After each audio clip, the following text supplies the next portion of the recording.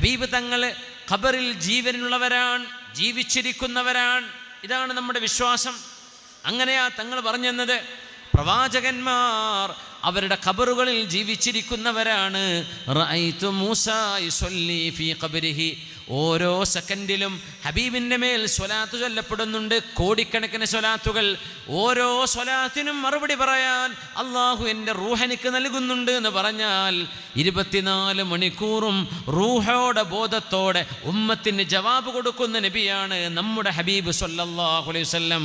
അവിടത്തോട് ചെന്ന അസ്സലാമു അലൈക യാ റസൂലല്ലാഹ് എന്ന് പറയുമ്പോൾ ഹബീബിനെ നേരിട്ട് കേൾക്കാനോ കാണാനോ കഴിയാത്ത കോടിക്കണക്കിന് മുസ്ലിമീങ്ങൾക്ക് അള്ളാഹു ഹബീബിനോട് നേരിട്ട് സംസാരിക്കാൻ കൊടുക്കുന്ന അവസരമല്ലയോ മദീനയിൽ ചെന്ന് സലാം പറയുന്നത്. ഇവിടെ നിന്ന് സലാം പറയുന്നതും അവിടെ ചെല്ലുമ്പോൾ ഹബീബിൻ്റെ അരികത്ത് 1400 വർഷങ്ങൾക്ക് മുമ്പ് ഹബീബ് ഇരിക്കുകയും നടക്കുകയും കിടക്കുകയും ചെയ്ത പരിശുദ്ധമായ ഒരു മണ്ണ്, ആ മണ്ണിലേക്ക് നമുക്കും എത്താം.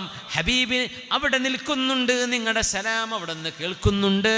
അസ്സലാമു അലൈക യാ സയ്യിദി യാ റസൂലല്ലാഹ് എന്ന് നിങ്ങൾ പറയുമ്പോൾ നിങ്ങളുടെ പേരും നാടും ഹബീബിനെ അറിയിക്കുന്നുണ്ട്. മലക്കുകൾ ഹബീബ് അറിയുന്നുണ്ട് സ്വല്ലല്ലാഹു അലൈഹി വസല്ലം. അല്ലാഹു അങ്ങനെ ഹബീബിനെ ആദരിച്ചിട്ടുണ്ട്. ആ ഹബീബിൻ്റെ അരികത്തേക്ക് ചെല്ലണമെന്ന് എപ്പോഴെങ്കിലും മനസ്സിൽ ഒരു ചിന്തയോ ഒരാഗ്രഹമോ വന്നിട്ടില്ലയോ? അത് വന്നില്ലെങ്കിൽ അല്ലാഹുവിനോട് ചോദിക്കണം.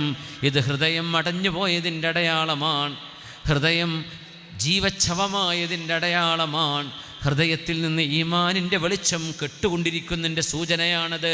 വേഗമോടണം. ഈമാൻ പുതുക്കേണ്ടത് അവിടെയാണ്. ഈമാനിൻ്റെ വെളിച്ചം അവിടെ നിന്ന് തിരികെ ആ തിരി നമുക്ക് ആളിക്കത്തണം.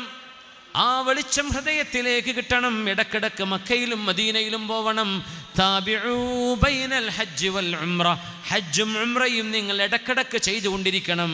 ഫഇന്നഹുമാ, ഹജ്ജും ഉംറയും നിങ്ങളുടെ തെറ്റുകളെ കരിച്ചു കളയുകയും നിങ്ങളുടെ കൽബുകളെ ശുദ്ധിയാക്കുകയും ചെയ്യുമെന്ന് ഹബീബുനാ റസൂലുള്ളാഹ് സ്വല്ലല്ലാഹു അലൈഹി വസല്ലം.